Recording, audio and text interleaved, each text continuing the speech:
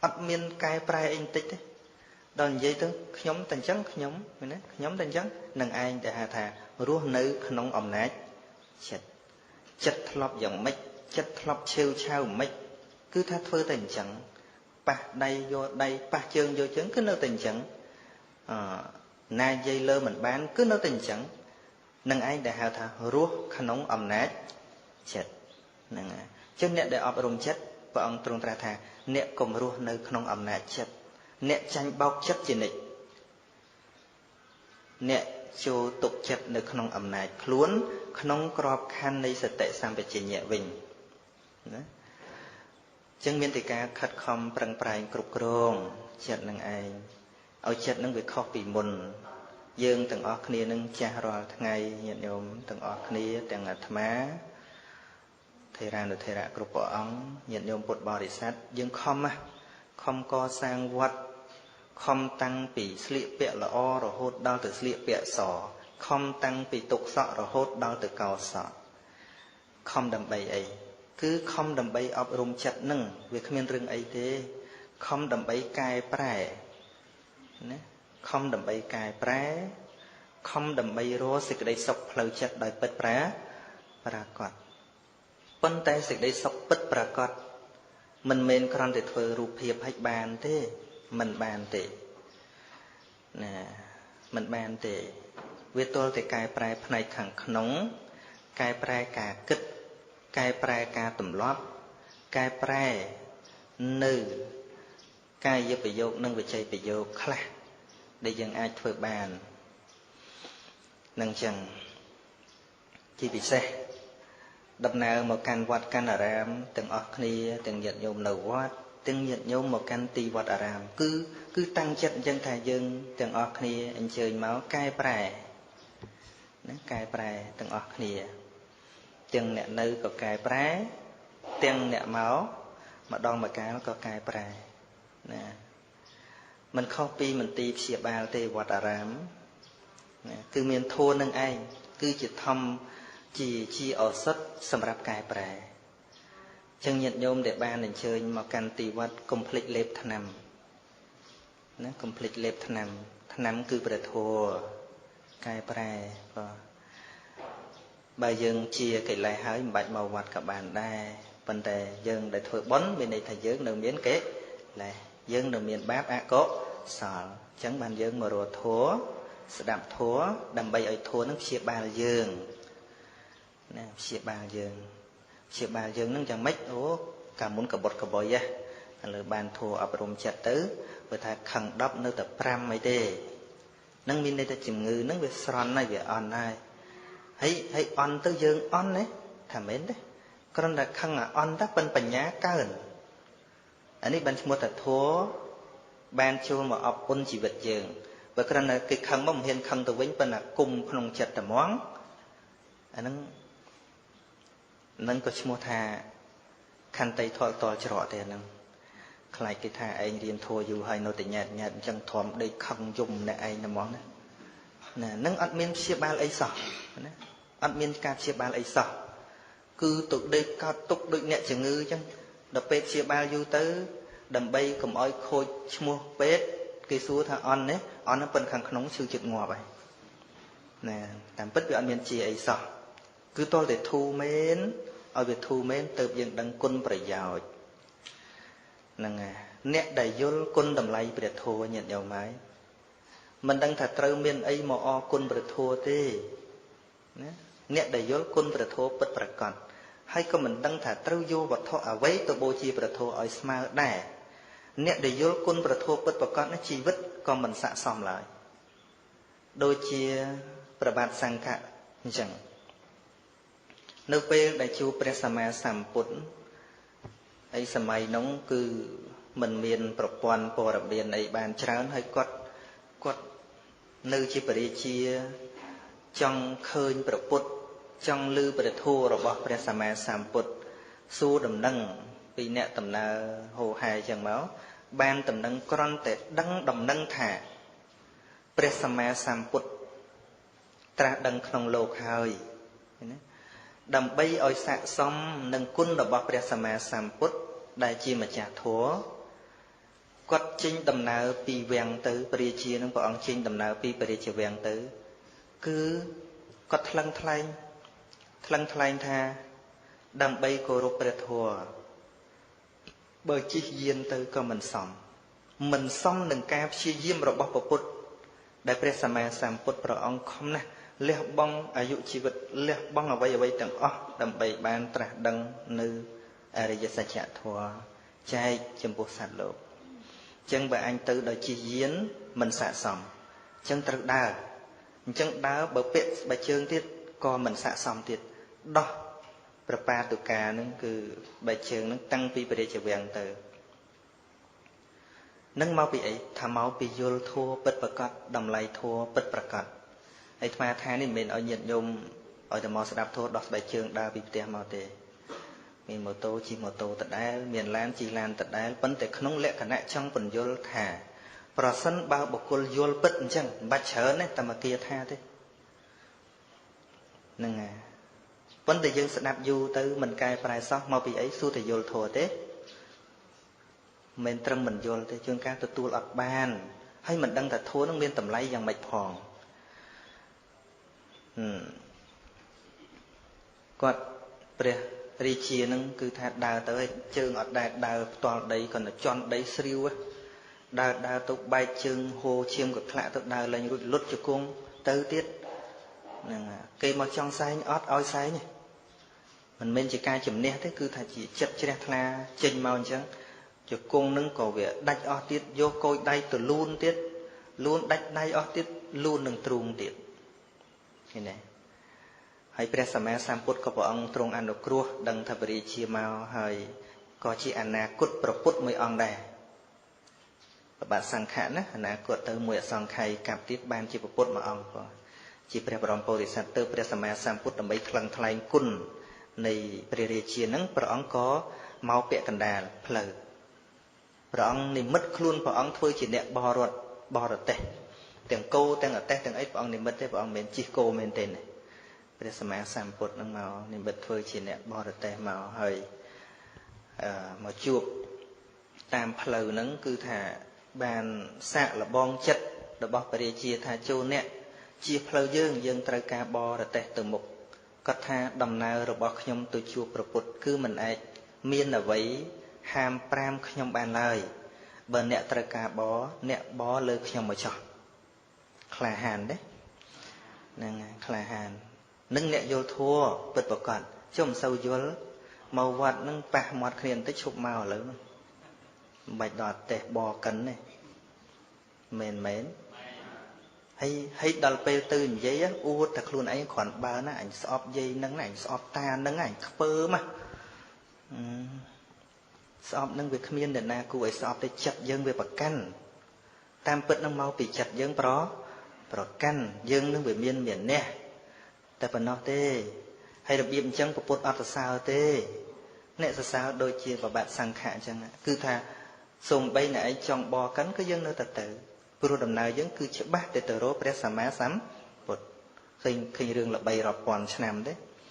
ហើយគុំថាយើងទៅទាស់គ្នាមួយម៉ាត់ឈប់ទៅវត្តហើយពុទ្ធសរសើរមិនសរសើរទេព្រះអង្គសរសើរអ្នកណាអត់ធ្មត់អ្នកណាមានការអត់ឱនអ្នកណាមានការឲ្យអភ័យរូបទានបណ្ដាទានទាំងឡាយទានឲ្យរបស់របរមនុស្សចេះធ្វើគ្នាច្រើនក៏ប៉ុន្តែទានមួយគឺការឲ្យអភ័យទានអភ័យទានគឺការមិនប្រកាន់ណាគឺឲ្យអ្នកដតីនឹងបានស្រស់បោះឲ្យអ្នកដតីនឹងមិនភ័យខ្លាចទាននេះគេលំបាកធ្វើណាស់តែបើធ្វើបានជាទានមានផលច្រើនញាតិញោមនឹងញាតិញោមចេះធ្វើទានហើយចេះប្រគេនចង្ហាន់លោកហើយប៉ុន្តែត្រូវរៀនមួយទៀតគឺអភ័យទានគឺការអភ័យទោសយល់ទេអភ័យទាននឹងការអភ័យទោសនឹងគឺស្មើនឹងការមិនប្រកាន់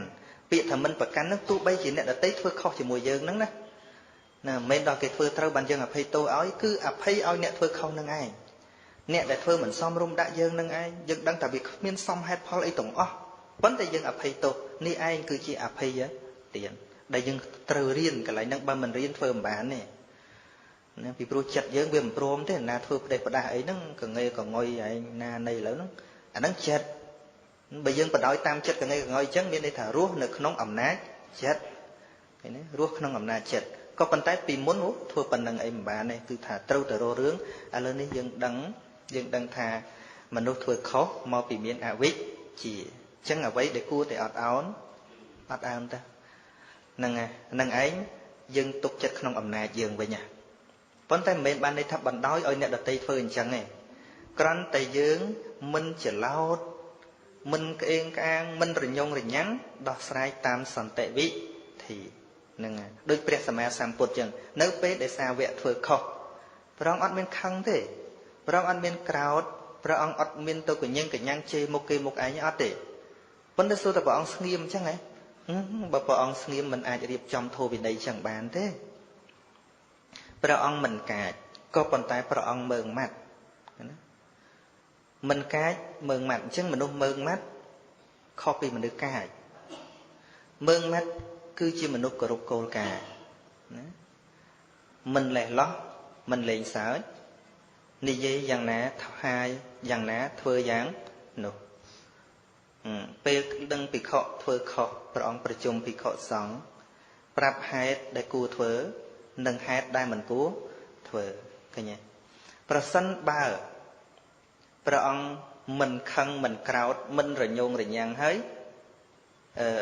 ព្រះអង្គលែងខ្វល់លែងគិតសួរថាមានវិន័យសម្រាប់ប្រសងដល់រាល់ថ្ងៃទេអត់ទេប៉ុន្តែយើងអ្នកអត់បញ្ញាវិញគិតមិនកាយហ្នឹងបើបដៅមិនឲ្យកាយឈប់រវល់អញឈប់គិតណាវាច្រើនតែដាក់ធរៈចោលនៅពេលដែលឈប់គិត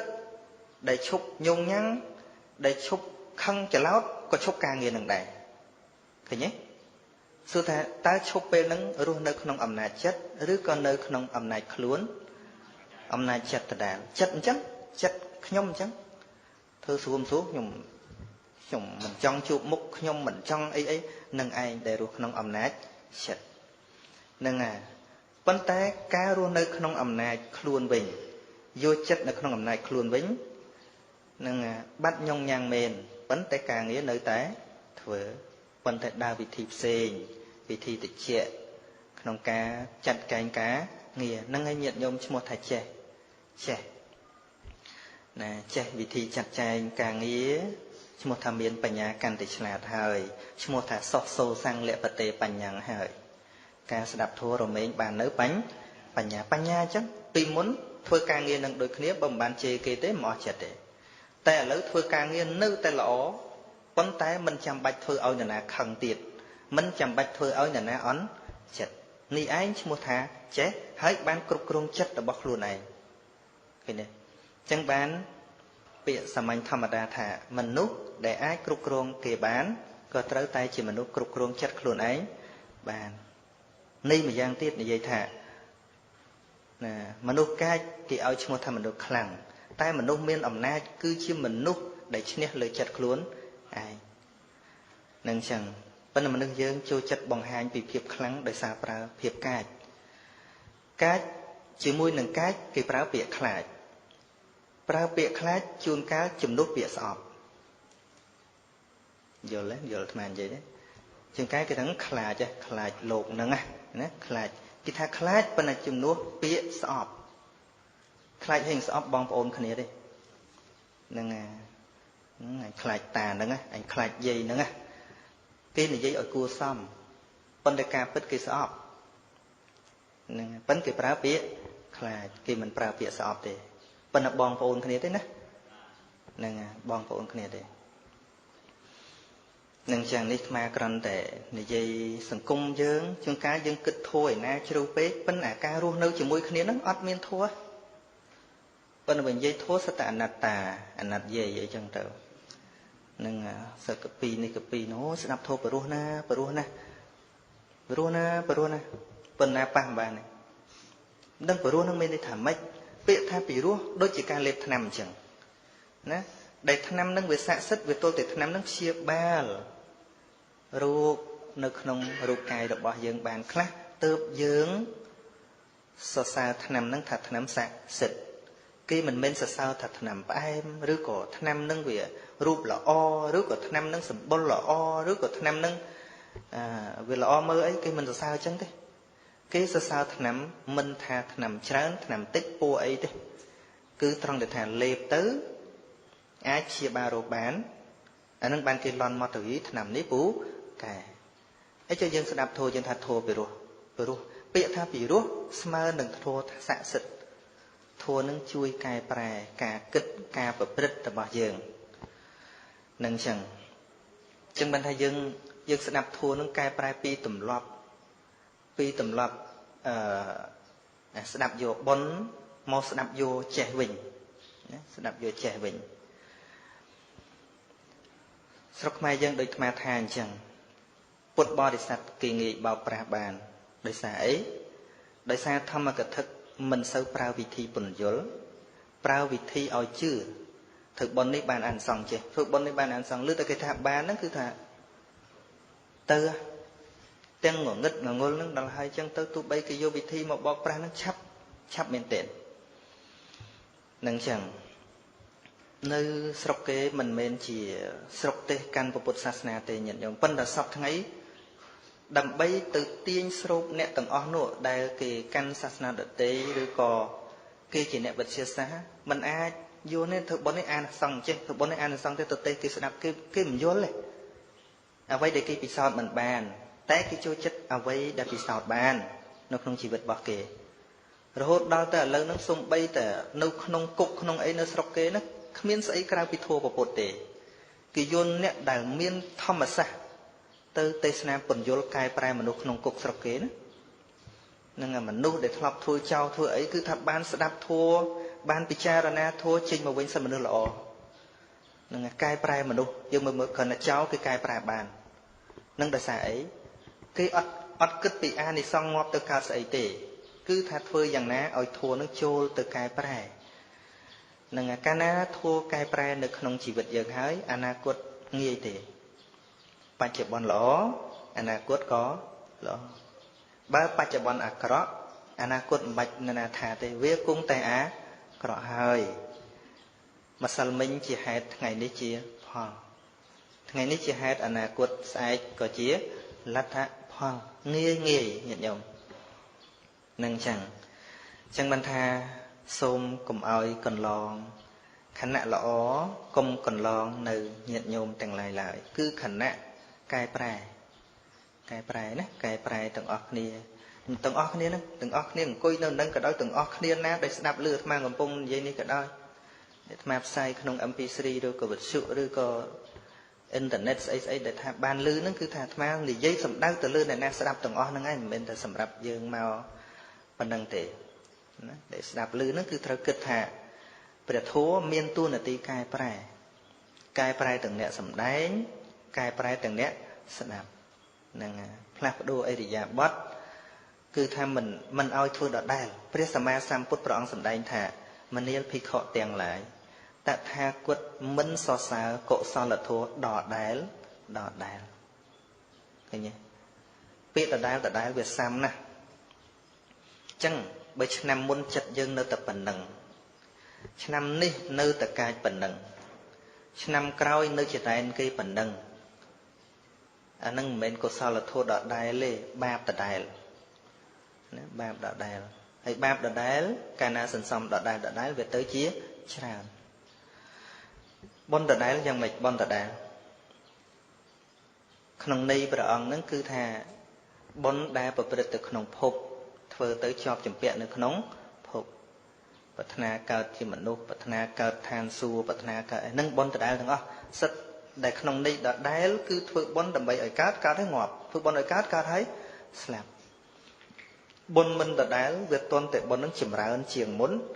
បុណ្យនឹងលះនៅការជាប់ជំពាក់មិនប្រព្រឹត្តទៅនៅក្នុងវត្តដាក់ហ្នឹងហើយអញ្ចឹងការប្រឹងប្រែងរបស់ព្រះសម្មាសម្ពុទ្ធគឺដើម្បីកែប្រែមនុស្សញាតិញោមហ្នឹងហើយអញ្ចឹងបានថាក្នុងការកែប្រែគឺវាទល់តែខ្លួនយើងព្រមរៀនកែប្រែមិនមែនអាត្មាអ្នកកែប្រែទេញាតិញោមខ្លួនឯងជាអ្នកស្ម័គ្រចិត្តថា ចង់រៀនកែប្រែពីអ្វីដែលមិនល្អទៅជាល្អប៉ុន្តែបើមិនបានស្ដាប់ធម៌ទេយើងមិនដឹងថាស្អីល្អផងទីហោថាខ្ញុំធ្លាប់តែអញ្ចឹងប្រកាន់ថាខ្ញុំនឹងល្អតែអញ្ចឹងតែហ្មងអញ្ចឹងហើយបានយើងត្រូវរៀនទាំងធម៌រៈរៀនទាំងធម៌ជ្រៅណាជាខ្លួនពិតណាមិនមែនជាខ្លួនពិតវាទល់តែចេះផងបានដឹងថាស្អីល្អជួនកាលពាក្យថាល្អមួយម៉ាត់នេះគេប្រើនៅក្នុងសង្គមជាងការរឿងខុសសោះក៏គេអាចយកមកល្អដែរឧទាហរណ៍ថាមិត្តល្អផឹកស្រានេះចេះជីងលុយមិនសូវជាកណ្ដាញទេគាត់នឹងជួបម្ដងប៉ាវឯង2 3កេះអីគេថាល្អដែរអញ្ចឹងនិយមន័យពាក្យថាល្អបើយើងមិនស្ដាប់អំពីហេតុនិងផលគុណទោសឲ្យបានច្បាស់ជាងកាលអំពើអាក្រក់សោះយើងថាល្អហើយក៏ខំគ្រប់គ្រងរឿងហ្នឹងទៅដោយរឿងយើងខឹងច្រើនអញ្ចឹងខ្ញុំមិនបានទេខ្ញុំតែនិយាយផ្ដេសផ្ដាស់មិនបានទេខ្ញុំត្រឹមត្រូវខ្ញុំត្រូវជេរអញ្ចឹងឲ្យតែខុសហើយយើងថាយើងត្រូវយើងល្អមិនមែនទេអញ្ចឹងត្រូវរៀនពីល្អហ្នឹងទៀតថាតើល្អហ្នឹងយ៉ាងម៉េចកុសលកម្មបត្តិគឺជាតួធម៌ល្អត្រឹមតែភាពស្មោះត្រង់មិនគ្រប់គ្រាន់ទេអញ្ចឹងពាក្យថាល្អណាពាក្យថាល្អត្រឹមតែស្មោះត្រង់មិនគ្រប់គ្រាន់ទេស្មោះត្រង់បានតែធម៌មួយប៉ុណ្ណោះគឺសច្ចៈតែមិនអាចខ្វះខន្តីមិនអាចខ្វះតមៈគឺការទូនមានខ្លួនបានទេណាហៅថាកិរិយាវេសធម៌មាន4ទី1សច្ចៈខន្តីតមៈចាកៈ4នឹងឯងអញ្ចឹងសិតតែមានចំណែកល្អផ្សេងការស្មោះត្រង់ក៏ល្អដែរមិនថាអាក្រក់ទេណាការស្មោះត្រង់ក៏ល្អដែរតែមិនល្អគ្រប់សពទេជាមួយនឹងការស្មោះត្រង់ត្រូវមានខន្តីសេចក្តីអត់ធន់ឃើញទេសេចក្តីអត់ធន់ជាមួយនឹងសេចក្តីអត់ធន់ត្រូវមានការទូនមានខ្លួនអប់រំចិត្តទៀតនឹងចឹងហើយនឹងចាកៈចែករំលែក4នេះជាធម៌សម្រាប់ញាតិញោមពុទ្ធបរិស័ទរៀននៅក្នុងជីវិតប្រចាំថ្ងៃខន្តីសច្ចៈតមៈចាកៈស្រួលចាំទេខន្តីសច្ចៈតមៈចាកៈខន្តីសេចក្តីអត់ធន់នឹងខន្តីសច្ចៈពិតត្រង់តមៈនឹងទូនមានខ្លួនយើងរាល់ថ្ងៃនេះវាភ្លេចទូនមានខ្លួនវាចេះទូនមានតែគេមែនដើម្បីល្អមិនមែនទូនមានគេទេដើម្បីល្អគឺទូនមានខ្លួនទូនមានខ្លួនគឺទូនមានចិត្តនឹងឯងឃើញទេណាទូនមានខ្លួនគឺទូនមានចិត្តដំណើរជីវិតរបស់យើងមិនខុសពីការបើកឡានទេបើកឡានត្រូវតែមើលផ្លូវសម្រាប់ខ្លួនឯងចឹងសរុបសេចក្តីមកវិញដើម្បីសេចក្តីសុខឲ្យធម៌នឹងចូលមកក្នុងជីវិតយើងហ្នឹងទើបធម៌ជួយយើងបានមិនមែនធម៌កើតពេលស្ដាប់ធម៌ទេមិនមែនធម៌កើតពេលនមស្ការប្រតនត្រ័យទេមិនមែនធម៌កើតពេលធ្វើសមាធិទេធម៌ដែលអាចជួយយើងបានដូចយើងព្យាបាលរោគអញ្ចឹងដែលថ្នាំនឹងជួយយើងបានមិនមែនជួយក្នុងខណៈតែពេលយើងដេកពេទ្យទេមិនមែនជួយតែខណៈពេលយើងលេបថ្នាំទេគឺជួយសូម្បីតែពេលយើងអត់លេបហ្នឹងក៏សុខភាពល្អដែរជីវិតរាល់ថ្ងៃពេលដាច់ពេលដើរទាំងអស់គឺថាវាជាវាសុខភាពស្រួលអានឹងឯងដែលហៅថាថ្នាំនឹងជួយបានជិះបើថ្នាំនឹងលេបទៅអស់ជាតិថ្នាំទៅរើថ្នាំយើងទុកចិត្តទេទុកចិត្តថាថ្នាំបកែទេអត់ទេជាងកាយយើងអាចបន្ទោសថាពេទ្យនឹងចិញ្ចឹមជំងឺឲ្យលេបទៅបាត់ឈឺអស់ថ្នាំទៅរកពេទ្យទៀតនៅតែឈឺដដែលយ៉ាងណាមិញធัวចឹងដែរញាតិញោមកើតបនសាធុស្ដាប់ធัวព្រោះណាព្រោះតែរួចតែពីហ្នឹងជេរចោលគ្នាដដែលមានន័យថាធัวនឹងគ្មានជួយអីបានបន្តិចសោះតែហ្មងជឿអត់បានទេជួយមិនបានចង់និយាយរឿងអីអាត្មាចង់និយាយរឿងអីញាតិញោមយល់អាត្មាចង់និយាយអីទេអត់យល់និយាយ1ម៉ោងហើយហ្នឹង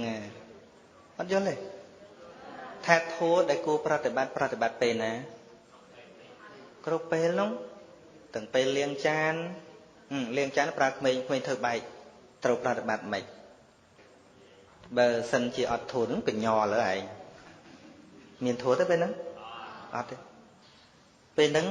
ធួនដែលធ្លាប់ ស្ដាប់ថារបស់ណាបែកសង្ខារធัวទាំងឡាយកើតមកវាតែងតែបែកទៅវិញប៉ុន្តែយើងមិនបដ ாய் ទេយើងណែនាំទៅពាក្យល្អយ៉ាងម៉េចអ្នកអូនត្រូវកាន់ចេះកុំអោយបែករបស់លោកបាបណាបងពាក្យល្អទេហ្នឹងហើយចុះបើមិនមានធัวទេកញ្ញមួយកញ្ញលើហើយស្អីទៅកញ្ញហ្នឹងតោសៈបាននិយាយបានមែនទេ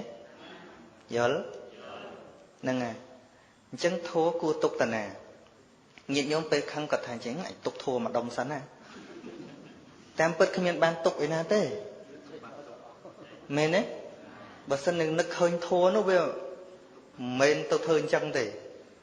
ហ្នឹងហើយអញ្ចឹងបានរៀនតែត្រូវរៀនណាហ្នឹងហើយជាសិក្ខាបទជាធម្មសិក្សាណាជាធម្មសិក្សាគឺថាយូរទៅការងារនៅតែធ្វើប៉ុន្តែបើយើងមិនយល់ទេនៅពេលអប់រំທາງកុំខឹងពេលអញ្ចឹងកុំខឹង